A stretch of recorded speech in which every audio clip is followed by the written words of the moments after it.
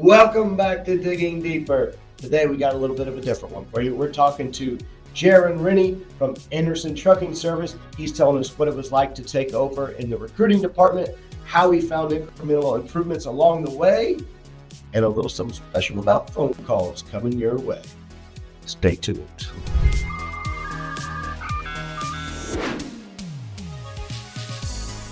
And we're back.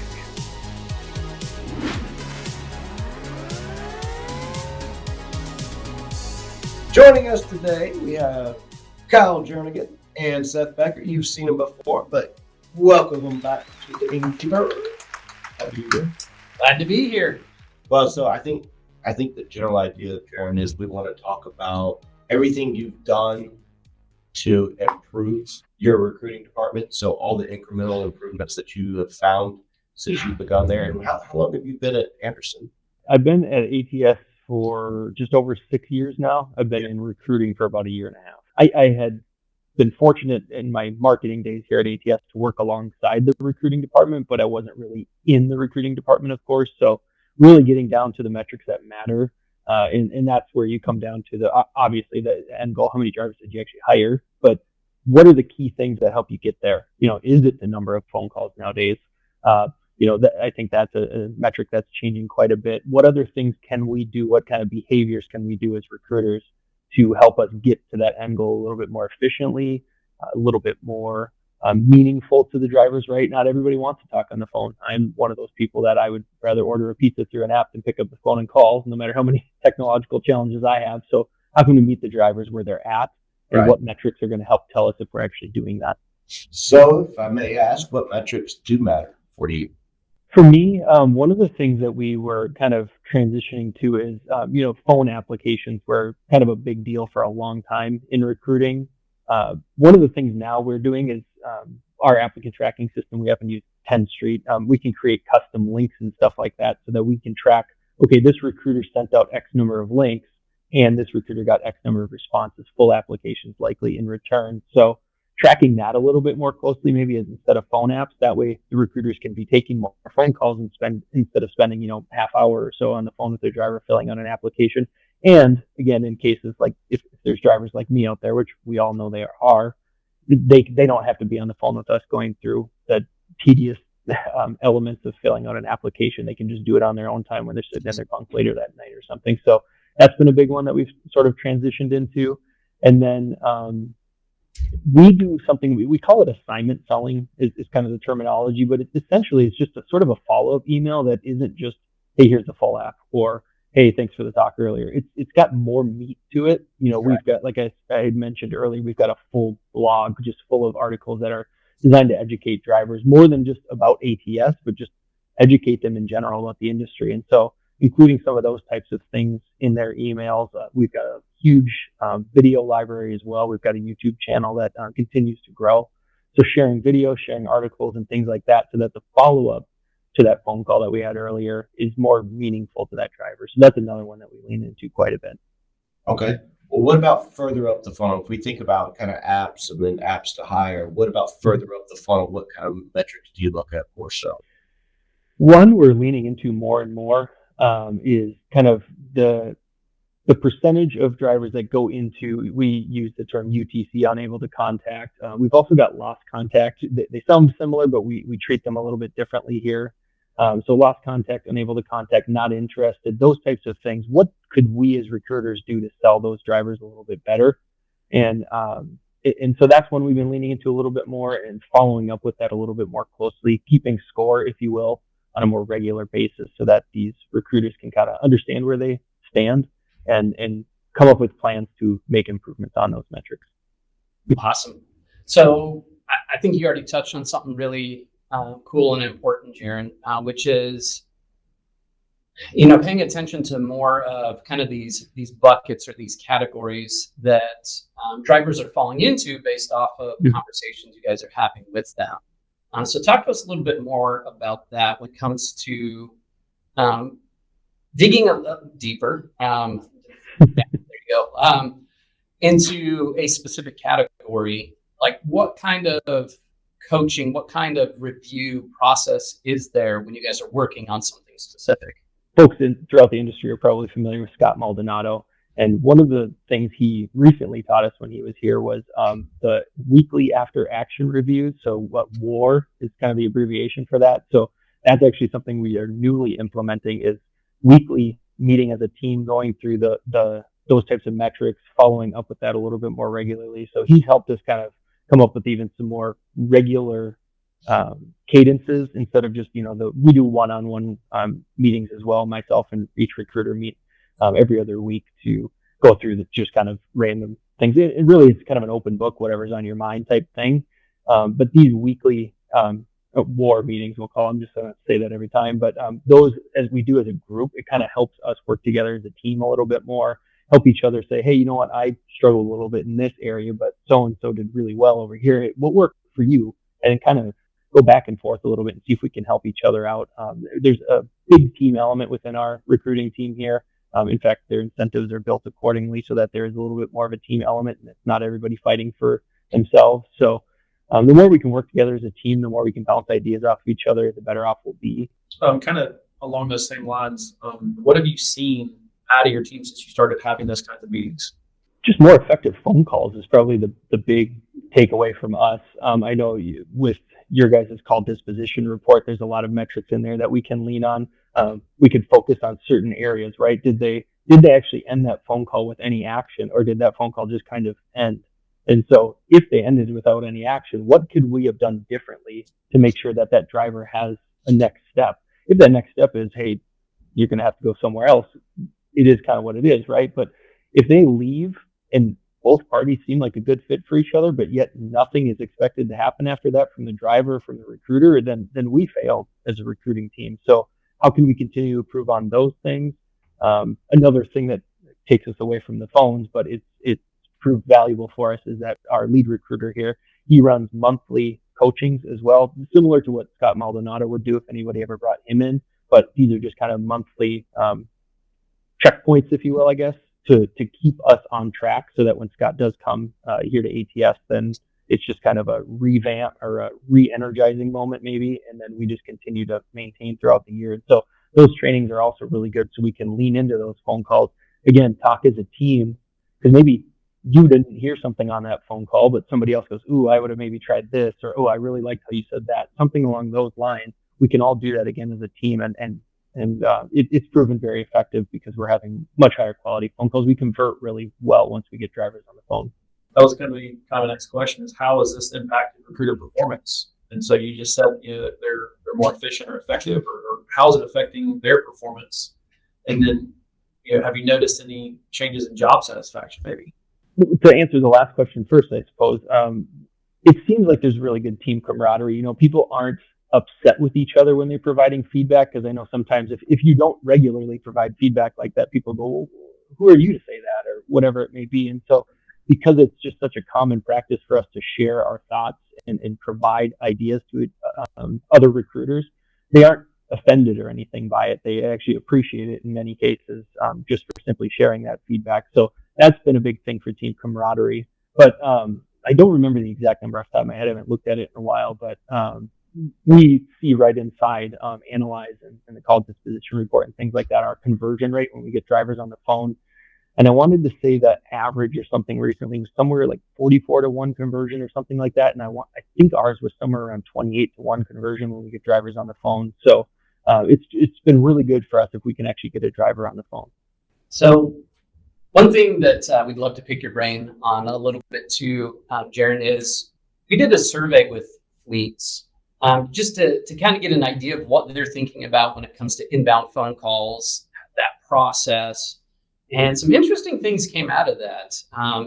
So, for example, the majority of recruiting teams self-report that their answer rates are above 75%.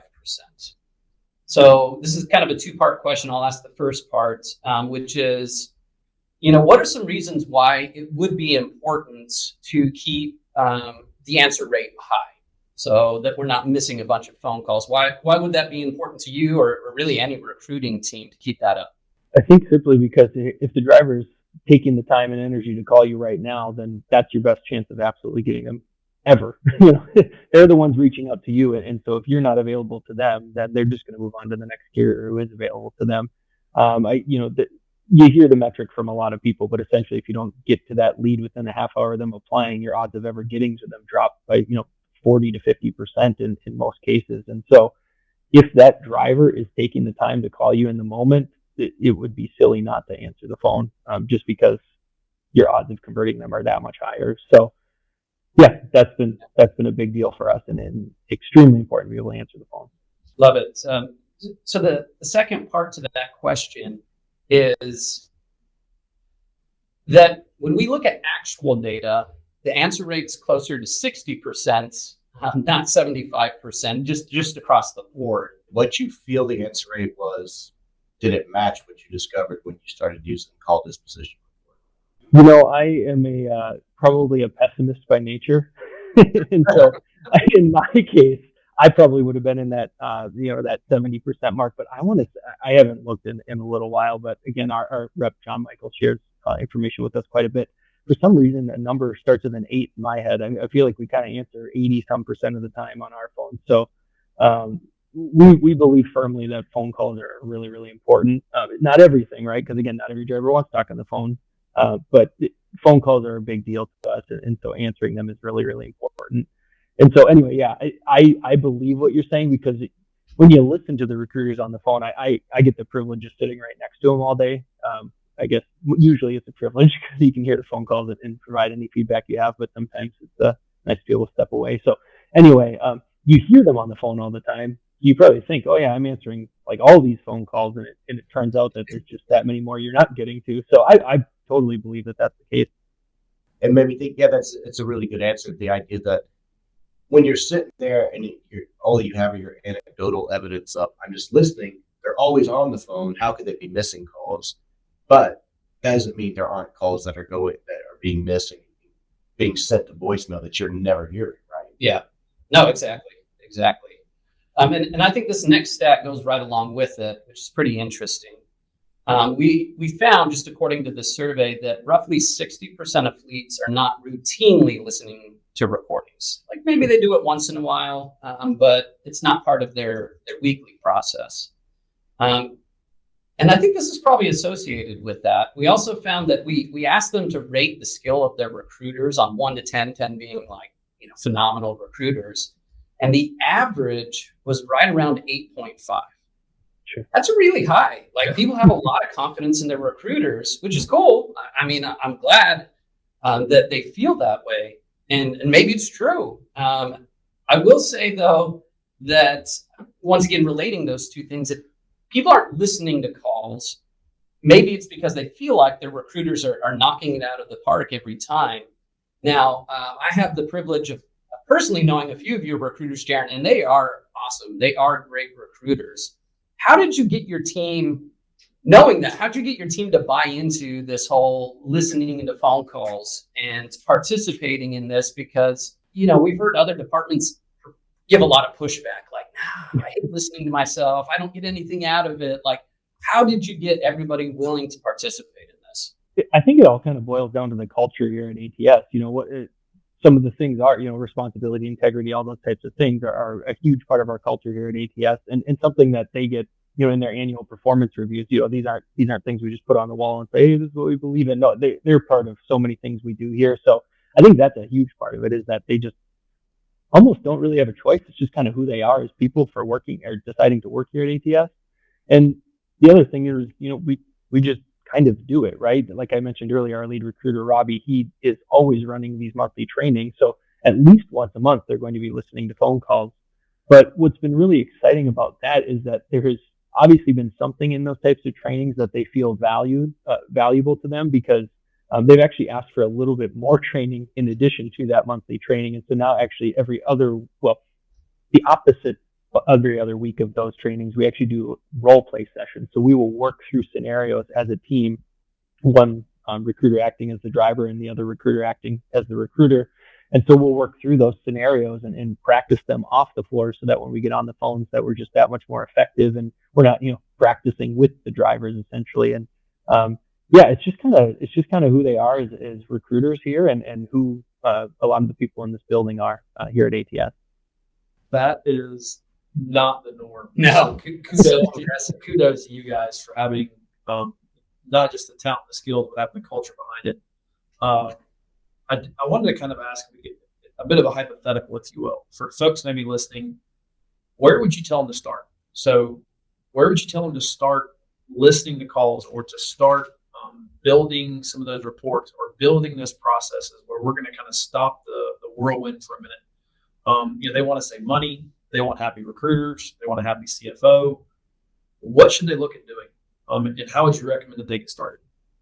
To me, you mentioned saving money, so this is sort of one of those spend money to save money kind of in the long run thing. But you have to listen to your phone calls. You just have to find time to do it, because kind of like you had mentioned earlier, that so many people think the recruiters are doing such a great job. Well, you only hear one side of the conversation in many of those cases, even if you are lucky enough to sit right by them. But if you're in an office in a different building, a lot of recruiters are remote nowadays, you don't hear those things. And so if you can't hear them, how can you ensure that they actually are effective? So you kind of have to listen to the phone calls. And since I've been in the department, we've had two different people doing our phone call tracking. And here's the plug.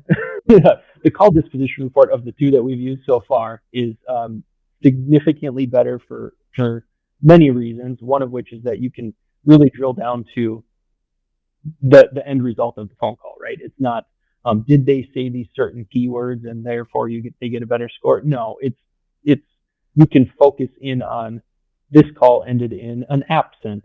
Okay, well, now I can see that driver didn't fill out that app that was sent to them. What could we have done differently? So you can drill down into that phone call and those types of things. So listening to the phone calls is vital. And again, that's kind of where I said the spend money to save money type situation. You make a more effective recruiter by listening to these phone calls, so that you are hiring more of the drivers that are calling you, instead of continuing to turn them away or not closing the deal because you didn't say something the right way or whatever it may be. So you got to be able to listen to those, so you can continue to coach and improve them as recruiters, so that they are more effective in the long run. Do you find that the CDR made it less cumbersome and daunting to listen to phone calls? For sure. And the other difference that we've noticed too is just like kind of mentioned earlier, the criteria that they're judging it on. Right. The old platform we had was almost, you'd talk about something that came through that old platform and you just got the glazed over look from a recruiter. They just didn't care. It wasn't meaningful to them. We aren't, a call center, right? Yes, there are certain things that work with drivers generally, and there's certain things that aren't, but no two drivers are exactly the same. So you do have to treat them differently, and the call center method just doesn't really work in that regard. So this is just much more personalized to the driver, and it's personalized to the recruiter. You can see, we mentioned the unanswered calls and stuff. You can see when our call volume increases. You can see when we're answering those calls or not. Maybe there's a certain hour of the day where we're missing more phone calls because, I don't know, maybe a recruiter took a lunch at an odd time, and then that's really maybe not the most effective time to take a lunch. And so we can see all of that type of stuff within that call disposition report, and that's helpful too. As you gain better visibility into your calls, what has been the biggest surprise? I guess in my eyes, the surprise would be how maybe appreciative the recruiters are to have this information available. They all know that I could do better at this, or I could do better at that. But until you hear an actual example of where you go, oh my gosh, I can't believe I just said that on the phone, or oh my gosh, I can't believe that just happened on the phone. Until you hear that, it's really hard to figure out how to get better at it. So the buy-in from the recruiters to be able to want to grow and become better recruiters is probably maybe my biggest surprise. And again, that's not to say that they didn't care before. They just have a better idea of how to improve. That's right. How can you kind of show or report or quantify what you're doing there as having that big benefit that you're hoping for?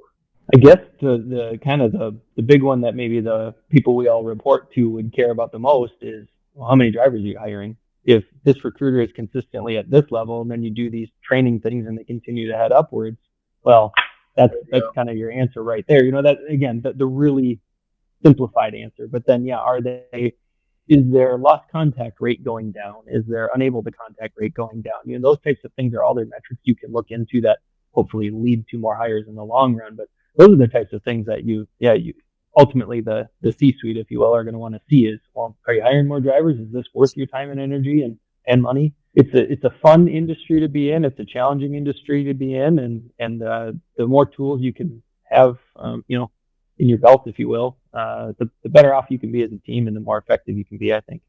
Well, I think that's a pretty good place to end.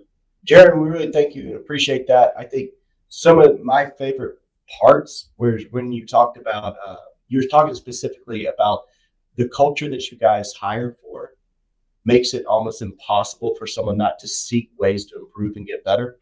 And that was awesome that you said that the surprising thing that you saw when you implemented the CDR is that your recruiters looked at it as, great, I'm getting my stats now so I can see how I can improve and get better. That's really awesome that you guys have that kind of culture.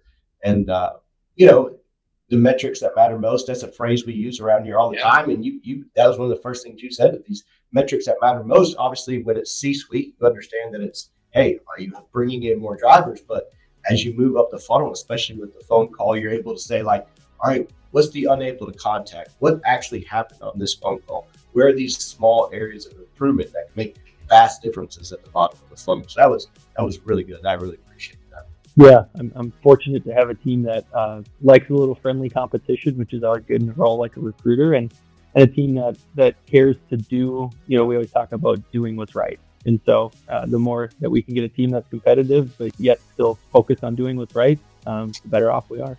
Awesome. And that will be the end of Digging Deeper. We hope you'll join us next time.